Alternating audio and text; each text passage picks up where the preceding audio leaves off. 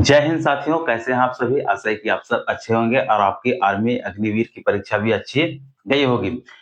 तो दोस्तों आज यानी 1 जुलाई 2025 के शिफ्ट 4 का एग्जाम खत्म हो चुका है। हम लोग शिफ्ट 4 के प्रश्नों को ही देखेंगे, जैसा कि हम लोग पिछले शिफ्ट के प्रश्नों को देखते थे। तो इसमें दोस्तों हम लोग मैथ सब्जेक्ट को देखेंगे और मैथ्स के कुल 15 प्रश्नों को देखेंगे, जो कि आर्मी अग्निवीर के जीडी परीक्षा में कुल मैथ्स का 15 प्रश्न पूछा जाता है। तो उन्हीं 15 प्रश्नों को हम लोग देखेंगे कि 15 प्रश्न कौन-कौन से 15 प्रश्न पूछे गए थे और इनका आंसर क्या होता। तो आप यदि एग्ज़ाम दे दिए तो आप अपने आंसर को ज़रूर मिला लें कि आपने कितने प्रश्नों को सही किए, और यदि आपके नेक्स्ट शिफ्ट या फिर नेक्स्ट डे में एग्ज़ाम है, चूँकि आज तो सा 4 शिफ्ट खत्म हो गया, तो आपका नेक्स्ट डे 10 जुलाई तक चूँकि एग्ज़ाम चलने वाला है, तो इसके बीच में यदि आपका एग्ज़ाम है तो आपके लिए भी बेनिफिट होगा, क्योंकि आप एक क्वेश्चन का लेवल अंदाज़ा आपको मिल जाएगा, तो आप अपने स्तर से क्वेश्चन को सॉल्व कर पाएँगे, ठीक है? तो ज़रूरी है कि आप क्वेश्चन का एनालिसिस को देख कर के जाएँ कि कैसा प्रश्न एग्ज़ाम में पूछा जा रहा है। तो चलिए बिना देर किए हुए हम लोग सीधे प्रश्नों को सॉल्व करते हैं और देखते हैं कि आप कितने प्रश्नों को सही किए थे। तो चलिए यहाँ पे हम लोग देख सकते हैं कि ये पहला प्रश्न है। इसमें क्या बोला है कि 10, 10, 10 तथा 10 का औसत ज्ञात कीजिए। यानी कि 10, 10, 10 4 बार है, इसका औसत पूछा है। तो फिर से वैसा ही प्रश्न जो प्रीवियस ईयर में या फिर हम लोग बोले तो पिछले के शिफ्ट में पूछा गया था, वैसा ही प्रश्न है। तो औसत पूछा है, तो औसत क्या हो जाता है कि सारी संख्याओं को जोड़ देंगे, ठीक है?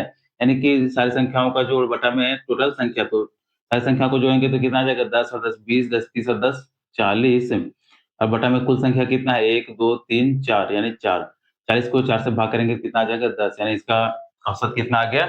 10। और तो ये काफ़ी ईज़ी प्रश्न था और उम्मीद है कि ये प्रश्न भी आप सॉल्व कर ही लिए होंगे। इसके बाद चलिए फिर हम लोग नेक्स्ट प्रश्न को देखते हैं। इसके बाद फिर हम लोग दूसरे प्रश्न को देखेंगे। इसमें क्या बोला है कि 38 लड़के और 41 लड़कियों का अनुपात क्या होगा? यानी कि चलिए इस प्रश्न को भी सॉल्व करते हैं। यहाँ पे बॉयज़ यानी कि लड़का और गर्ल्स यानी कि लड़की का अनुपात लिखना है, ठीक है? तो 38 लड़के हैं तो ये 38 कर देंगे अनुपात, और 41 लड़की है तो यहाँ पे 41 लिख देंगे, ठीक है? अब यदि कटेगा तो हम लोग इसे और काटेंगे, और नहीं कटेगा तो यही हमारा आंसर होगा। तो इसमें हम लोग देख सकते हैं कि ये 38 और 41 कोई भी ऐसा कॉमन नंबर से नहीं कटता है, ठीक है? तो इसका आंसर जो है वो लड़का और लड़की का अनुपात 38 अनुपात 41 हो जाएगा। इसके बाद फिर नेक्स्ट हम लोग आगे तीसरे नंबर प्रश्न को देखेंगे। तो चलिए तीसरे नंबर प्रश्न को हम लोग देखते हैं कि इस प्रश्न में क्या बोला है। ठीक है, तो तीसरे नंबर में क्या बोला है कि 6 का वर्ग क्या होगा? यानी कि 6 का वर्ग पूछा है, ठीक है? तो देख सकते हैं कि कितना ईज़ी प्रश्न पूछा है। 6 का वर्ग, अब इस प्रश्न को कौन नहीं किए होंगे? क्योंकि जो भी एकदम जो कुछ भी नहीं पढ़ के गए होंगे, वो भी 6 का वर्ग उनको ही पता होगा कि इसमें कुछ नहीं करना था, बस केवल 6 का स्क्वायर कर देना था। तो 6 का स्क्वायर कितना हो जाएगा? 6 गुणा 6 बराबर 36, ठीक है? तो इसका आंसर क्या आ जाता? 36। इसके बाद फिर चलिए हम लोग नेक्स्ट प्रश्न को देखते हैं। नेक्स्ट प्रश्न में क्या बोला है कि एक आयत की लंबाई 14 सेंटीमीटर और चौड़ाई 7 सेंटीमीटर है। ठीक है, ये चौथा नंबर प्रश्न है। इसमें बोला है कि किसी आयत की लंबाई 14 सेंटीमीटर और इसकी चौड़ाई 7 सेंटीमीटर है, तब इसका क्षेत्रफल क्या होगा? यानी कि क्षेत्रफल पूछा, ठीक है? तो आयत का क्षेत्रफल आप सभी को पता होगा कि आयत का क्षेत्रफल क्या होता है? लंबाई गुना चौड़ाई, यानी कि L गुना B। तो लंबाई कितना है? 14, तो 14 और चौड़ाई B है B 7 सेंटीमीटर, ठीक है? तो कितना हो जाएगा? 14 से 98 सेंटीमीटर स्क्वायर, यानी कि आयत का क्षेत्रफल कितना हो जाएगा? 98 सेंटीमीटर स्क्वायर। इसके बाद फिर चलिए नेक्स्ट हम लोग 5वें नंबर प्रश्न को देखेंगे। तो 5वां प्रश्न में क्या बोला है कि 390 घंटे, ये 5वां प्रश्न हो जाएगा। 390 घंटे का 10% क्या होगा? तो कुछ नहीं करना है, 390 घंटे का जो 10% निकाल देना है। तो इसको चलिए सॉल्व करेंगे। 390 गुना 10 बटा में 100, ये 2 जीरो से एक और एक 2 जीरो खत्म हो गया, यानी कि कितना आ गया? 39 घंटे। तो 390 का 10% देख सकते हैं कि ये 39 घंटा हो जाएगा। इसके बाद फिर चलिए हम लोग नेक्स्ट छठे नंबर प्रश्न को देखेंगे। तो चलिए छठा प्रश्न में क्या बोला है कि छठा प्रश्न है, ठीक है? 2 और 4 का HCF क्या होगा? तो ये काफी इजी प्रश्न है। ऐसे प्रश्न को तो उम्मीद है कि आप बिना पेन पेपर केवल प्रश्न को देख करके सॉल्व कर लिए होंगे। तो 2 और 4 का एचसीएफ जो है वो 2 आएगा, ठीक है। इसका सही आंसर क्या हो जाएगा? 2। इसके बाद फिर चलिए नेक्स्ट हम लोग 7वें नंबर प्रश्न को देखेंगे। 7वां प्रश्न में क्या बोला है कि P बराबर यानी कि मूलधन 2400 रुपया है, ठीक है। 8% यानी कि रेट जो है वो 8% है और टाइम 2 ईयर है, ठीक है। तो SI पूछा है कि साधारण ब्याज क्या होगा, यानी कि 2400 रुपया के मूलधन पर 8% की दर से 2 साल का साधारण ब्याज क्या होगा। तो इसका फॉर्मूला हम लोग देखते हैं कि साधारण ब्याज बराबर P गुना R गुना T बटा में 100 होता है, ठीक है। साधारण ब्याज पूछा है, प्रिंसिपल यानी कि मूलधन कितना है 2400, तो 2400 गुना रेट कितना है 8% और समय कितना है 2 साल, ठीक है, बटा में 100।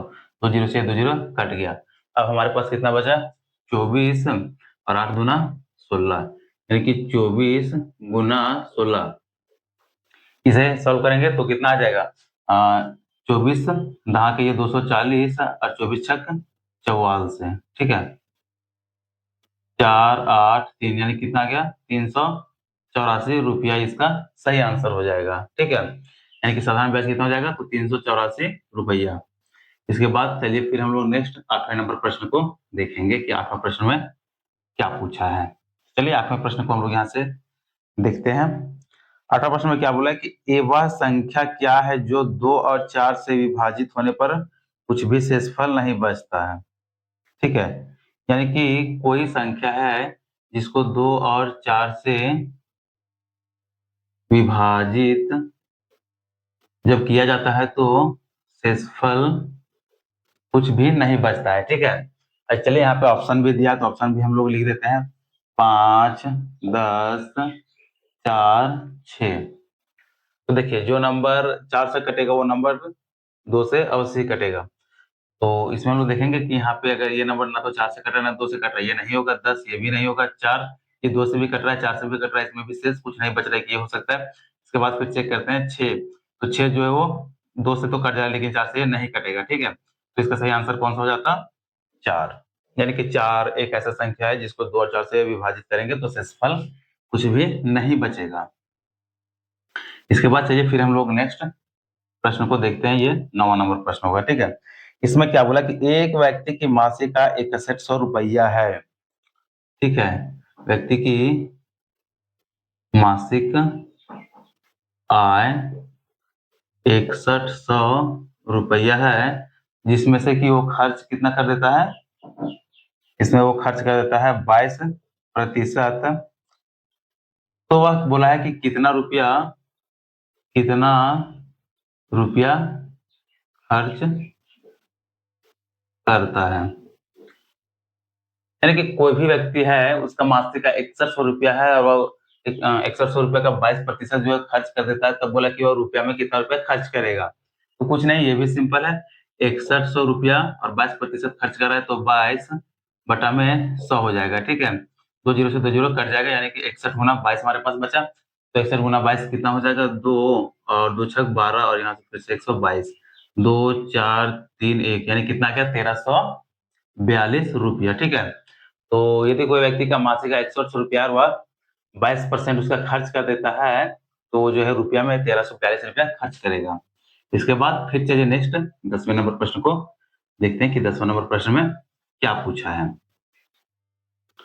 तो चलिए 10वें प्रश्न को देखते हैं। तो इसमें है 6 भाग 2 गुने 3 प्लस 2 माइनस 1, ठीक है।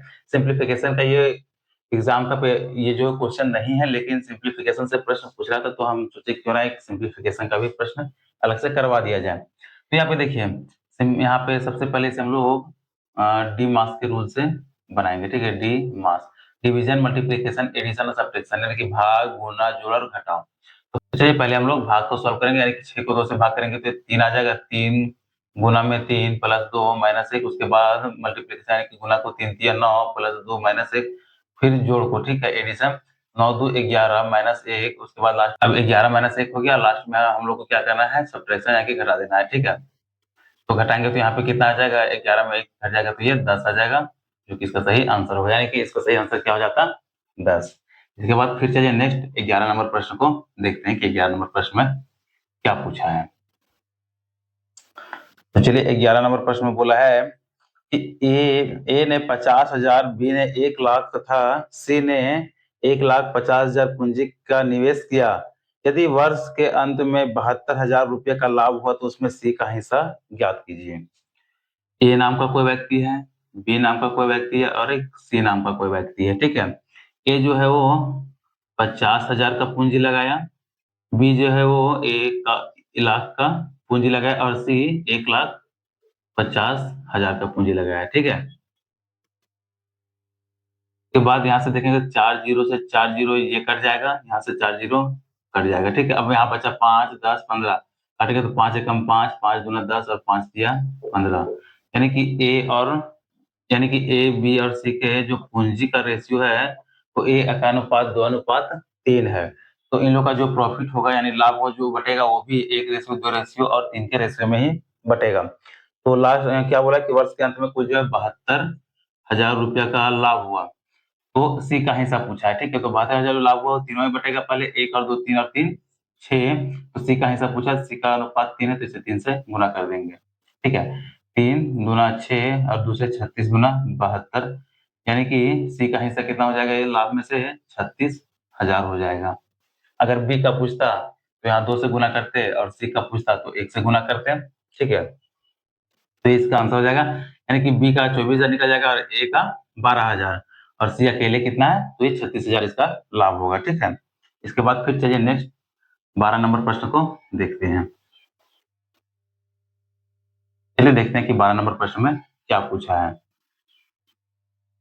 तो 12 नंबर प्रश्न देखेंगे, इसमें बोला है कि एक कार की चाल 50 किलोमीटर प्रति घंटा है तो वह 5 घंटे में कितनी दूरी तय करेगी। यानी कि कार की जो चाल है, ठीक है, वो 50 किलोमीटर प्रति घंटा है तो 5 घंटे में कितनी दूरी तय करेगी। ये प्रश्न में पूछा है कि किसी कार की चाल 50 किलोमीटर प्रति घंटा है तो 5 घंटे में वह कार जो है कितनी दूरी तय करेगी। तो निकालना दूरी है, ठीक है। तो दूरी बराबर फॉर्मूला होता है चाल गुना समय, ठीक है। तो 4 गुना समय दूरी निकालना है, तो चाल देख सकते हैं कि 50 किलोमीटर तो 50 किलोमीटर प्रति घंटा यानी कि 50 गुना में समय कितना है 5 घंटा। 1 घंटा में 50 किलोमीटर चल रहा है, ठीक है। तो 5 घंटे में कितना चलेगा 5 पचे 25 यानी कि 250 किलोमीटर। तो ये इसका सही आंसर हो जाएगा, कितना 250 किलोमीटर। इसके बाद चलिए फिर नेक्स्ट 13 नंबर प्रश्न को देखेंगे। चलिए यहाँ तक हम लोग 12 प्रश्नों को देखें और इन सारे प्रश्नों में यदि आपको किसी प्रकार का कोई डाउट रहता है तो आप कमेंट जरूर करेंगे। इसमें क्या बोला है कि 20 आदमी का औसत वेतन 2,000 है। 13 नंबर प्रश्न में क्या बोला है कि 20 आदमी का औसत वेतन 2,000 रुपया है, ठीक है। तो उसके बाद क्या बोला कि पहले 10 व्यक्तियों का औसत वेतन 3,000 रुपया है। पहले 10 आदमी का औसत वेतन कितना है तो 3,000 रुपया है। तब बोला है कि अंतिम 10 आदमी का औसत वेतन क्या होगा। तो चलिए एक बार प्रश्न को समझ लेते हैं कि टोटल जो है 20 व्यक्ति है, ठीक है। तो 20 आदमी का औसत वेतन 2,000 रुपया है, जिसमें से कि अब 20 को 2 भाग में बांट दिया 10 और 10 में, ठीक है। तो पहले जो 10 व्यक्ति है उनका औसत औसत वेतन 3,000 रुपया। तब बोला कि अंतिम का जो 10 व्यक्ति बच गया उसका औसत वेतन क्या होगा। तो चलिए पहले हम लोग टोटल यानी कि कुल वेतन निकालते हैं। तो कुल वेतन कितना निकल जाएगा 20 गुना 2,000 यानी कि कितना आ जाएगा 2 दूना 4 ये कुल वेतन 40,000 हो जाएगा, ठीक है। उसके बाद देखेंगे कि पहले 10 मैन यानी कि व्यक्ति का जो टोटल वेतन कितना आ जाएगा तो 10 दिया 30 यानी कि कितना आ गया 30,000 आ जाएगा, ठीक है। तो अब हम लोग देखते हैं कि अंतिम 10 व्यक्ति का जो औसत वेतन है उसे कैसे निकालेंगे। तो चलिए यहाँ से देखेंगे, इसे माइनस करेंगे तो जो कुल वेतन बच गया वो 0, 0, 0, 0 और 1 यानी कि 10,000। तो अंतिम 10 व्यक्तियों का जो कुल वेतन है वो कितना बच गया? 10,000। और हमसे चूँकि ये नहीं पूछा, बोला कि 10 व्यक्तियों का जो औसत वेतन क्या होगा, तो इस 10,000 को 10 से भाग कर देंगे, 1 ज़ीरो से 1 ज़ीरो खत्म, तो हमारे पास कितना बच गया? 1,000, यानी कि अंतिम जो 10 व्यक्ति हैं, उनका औसत वेतन कितना हो जाएगा? 1,000। तो ये इसका सही आंसर होगा। इसके बाद फिर चलिए नेक्स्ट 14 नंबर प्रश्न को देखेंगे, कि 14 नंबर प्रश्न में क्या पूछा है। चलिए,